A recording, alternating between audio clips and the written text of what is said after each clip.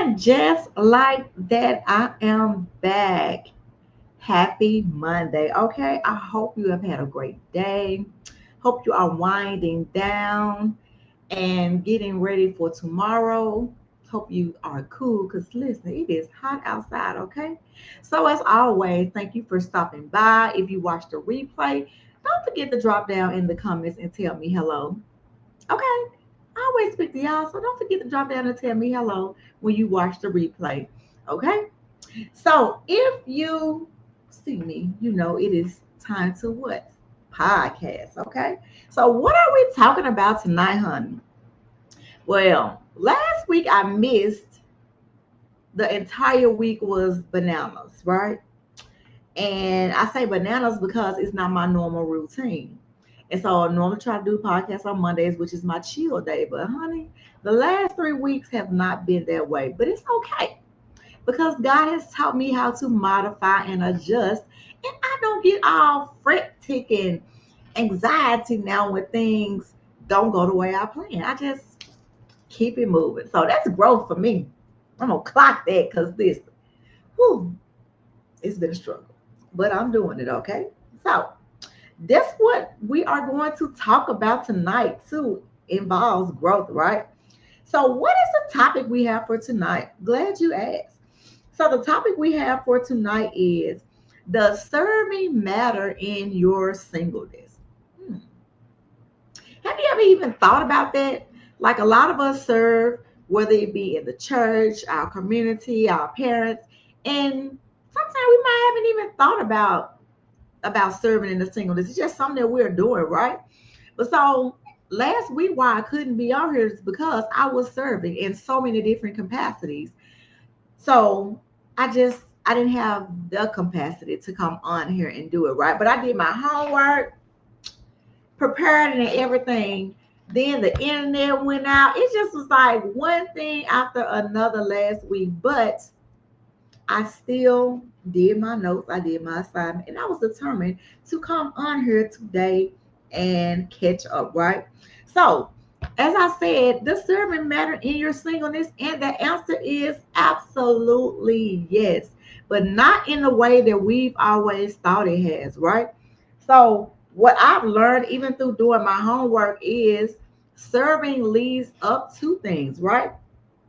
So, what is the main thing that's serving in your singleness? You know, people, especially in the church, they always say you serve when you're single because you have more time than the married people. They think the single people, oh, we got all this time in the world to serve and to do whatever somebody else needs us to do. And that's not always true, especially when you are working, especially when you have just kids and other things going on, you're not always as available as you want, but you are more available than a married person. Why? Because that married person's first ministry is their spouse. So, as single people, we have more time to serve, right? But serving isn't just about you per se serving somebody else, it is the you that you are becoming while you are serving, right? And so there are some advantages while serving in your singleness. And you know, I'm going to talk about it, right? So, one of the top advantages is spiritual advantages, right? So, you're more flexible, you have more availability, and you're more sensitive to God's voice because you have more time you can pray, you have more time you can listen, you have most of the time you set your own time and tone to kind of move how you want to do it when it's just you, when you're just single. Now, when you have kids, that add a little extra into it too, but it's still you're more available than a married person, right? And so even with that, one of the other things it has is a real talks about real life application, right? How to serve well when caring for your family, how to serve when you're tired or stretched, and how to serve without losing yourself. So let me double back on here, right? How to serve well while caring for your family. So for me, that has been my journey this year more heavily than ever, right? And so I was thinking about it today because I took my mom to the doctor. And I was like, hmm, this is very different for me. And I said it before, and it's really made me have to pray harder so that I could serve well and not serve with an attitude, not serve being mad or frustrated, or not even serve being tired. Because God didn't call us to serve being tired or just out of we feel like obligated. I want to serve and still be happy. I want to help my parents and still be happy, right? So sometimes we get a bit overwhelmed because we don't do that, right? So it is my prayer that I can continue to learn how to serve and caring while caring for my family. Because what I thought about today was when I had my mom, I was like, you know what? If you had a spouse, this is some of the things that you would be doing: going to doctor's appointments, taking them to get something to eat, taking them on errands and stuff like that that we don't realize. And I was like, okay, this is different. I'm getting a epiphany or something going on, Lord. Okay, you're teaching me something because for me now, everything is God. What are you trying to teach me? What are you trying to teach me doing this? And so as I was sitting there and I was looking at her, I helped her with everything. And like I said, I have to pray for patience because it's different when you're used to being by yourself and you used to move it at a certain pace, how you want to, when you want to, when you have another person that you are serving. And even for people like serving my parents, like last week I found myself serving some of my friends who had surgeries who had nobody to help them, and just doing different errands and serving at the church with our seniors on Tuesday. And then, like I said, serving and helping my parents. Like it's been a lot of serving. And I was like, sometimes it gets a bit overwhelming, but we're still called to serve and it's teaching us something. And I'm gonna get to honey what it's teaching because this has taught me these things, right? So it's just like these are real life things that God teaches us and how to serve. And I remember one time I was watching Pastor Torrey, Sarah Jakes Roberts' husband, and she was saying, excuse me, when she first met her husband, he asked her, "How can I serve you?" She said, "I didn't know what that meant, but it sounded real good to me." But over time, she understood what it meant because he wanted to serve her in so many different capacities that she wasn't used to, right? And so also serving shapes you by these things as well. Your character, serving reveals who you are when nobody is watching. Because if you are serving for the right reason, then you're serving so that God will be glorified and not yourself, right? Another thing that it shapes is your maturity.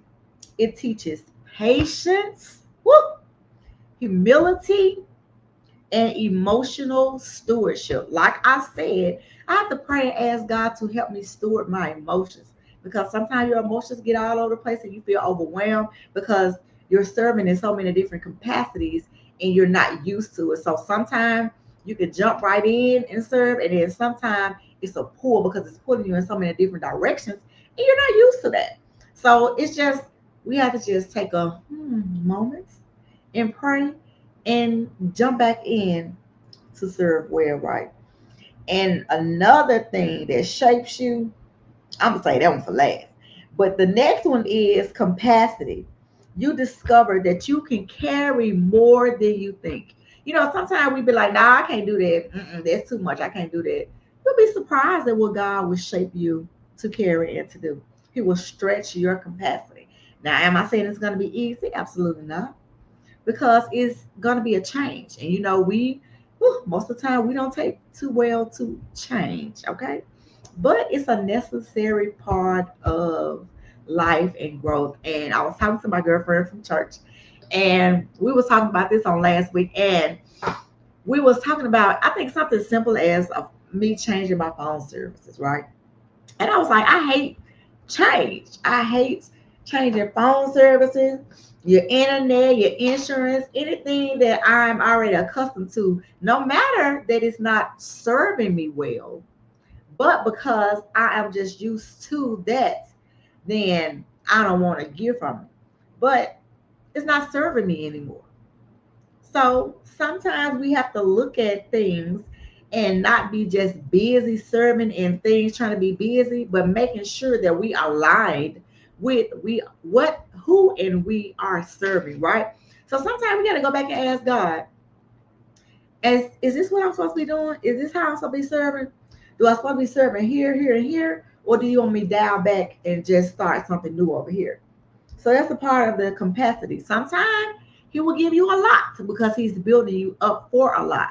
And you know the scripture, to whom much is given, much is required. And that is facts, okay? And the last thing it has about is shapes. Honey, your leadership. You learn to lead without titles. And when I was doing my homework, and baby, when I seen the word leadership, I almost had a flashback because I never realized that, they say most people who are in leadership, well, I think it's two ways. I think people are born with leadership skills in them, and you have to maybe fine tune them, right? I don't think everybody is a leader because there's more to leading people than telling them what to do. Leading people is showing them, helping them, being a part of it, coming up with ideas. And that's in whatever capacity that you're serving in leadership, right? You have to have empathy for people. Like, you can't be just talking crazy to people because you're in leadership. That's not how this works. That is not of God, okay? So leadership requires a whole lot of fine tuning, right? On your own self. And sometimes we don't even think about it until we have went through the process. And while I said I was going to save leadership for last is because I remember, so I used to work for this armored truck company. I worked there for 13 years. And at first I was just like a regular teller. Then I got promoted to like a lead. Then I got promoted to a supervisor, right? So even during these steps, God was teaching me and developing leadership skills in me. I had it in me already, but it was tucked way, way, way, way up in there, right? And the process of God fine tuning this leadership was so hard, y'all. When I tell y'all it was so hard, because it put me in situations that I didn't want to be in. It put me in places I didn't want to be in, and it put me with people that I did not want to be bothered with. Okay, I'm just gonna tell you the truth. And during this time, we will have leadership classes at work like every Thursday. Developing teamwork, team skills, like doing all things to develop your leadership skills. And one day my manager, he was like, you need to know your people. You need to know what they're going through, what they got going on. I was looking at him like, do you want me to be their supervisor or do you want me to be their counselor? He was like, I want you to be both. I said, both. Listen, this is a bit too much, but it taught me so much. I cried some days because that stretching of that capacity and that pruning of my natural self in my flesh was hard. And so even doing that, it taught me how, the first thing people want to say is, you're supposed to be a Christian. So when you are in places and you're in leadership and you are a Christian, baby, the people come at you just to try to make you get out of your character. And so I didn't, get out of my character too much, but I really wanted to step out, but I didn't. But I would go in the hallway and I would just cry sometimes because I feel like, why are the people attacking me? I ain't do nothing to them. But I was learning that there was a part of me growing and being pruned into leadership, right? So I had to figure out ways to connect with people. And baby, I want to tell you one thing that it really had me doing was praying more than I ever have prayed before. Okay. So leadership, baby, leadership will have you on your knees praying. But the crazy thing about it is while I was at this job, every time that I would try to quit, I would get promoted. That's crazy, right? I'm like, Lord, I just want to quit this job. I just want to go on about my business. And he was like, no. And I remember walking outside one day, I was driving my dad's truck. And I wanted to cry because the leadership was, when I say it was pulling me in so many different directions. And I was like, Lord, I really just want to quit. I just want to quit this job because I'm just sick of these people. And I looked at the side of my daddy truck and it had elevation. I said, elevation? I ain't trying to get elevated. I am trying to quit. I am sick of being here. But every time I would ask God, can I quit? He would tell me no, to be still. And though I was being still, he was developing things in me. He was stretching my capacity. He was pruning the flesh of me to make me more like him in serving. Because I was serving people as my in leadership. It was my job. And I didn't even realize it at that time, but as I was going through the process and learning to be in leadership and serving, I got promoted at my job. I became leadership over this jewelry company that I used to sell for. I had 12 people under me. I became a leadership in my old church where I was over the greeters leadership. Then I became leadership in something else. It was like everything just hit at one time. And I was like, oh, so this is what God was doing. He was stretching my capacity and he was fine tuning my leadership skills. Those skills have gone a long way for me. When I look back, maybe it was hard going through it, but it was all worth it, right? And so my last thing that I have for you is serving prepares you for future partnerships. Like I said earlier, that I realized when I looked at my mom and we were just driving, I was driving through the city. And it says, is marriage, now this is for you if marriage is in your future, right? So serving prepares you for future partnership if marriage is in your future, if that's what you desire. Because serving teaches teamwork, sacrifice, show enough patience, communication, consistency, and humility, right? Serving is a relationship training without the relationship. So, though serving helps you in so many areas of your life, if you desire partnership in marriage, which is what a part of this journey has been about, but it's so much bigger than that.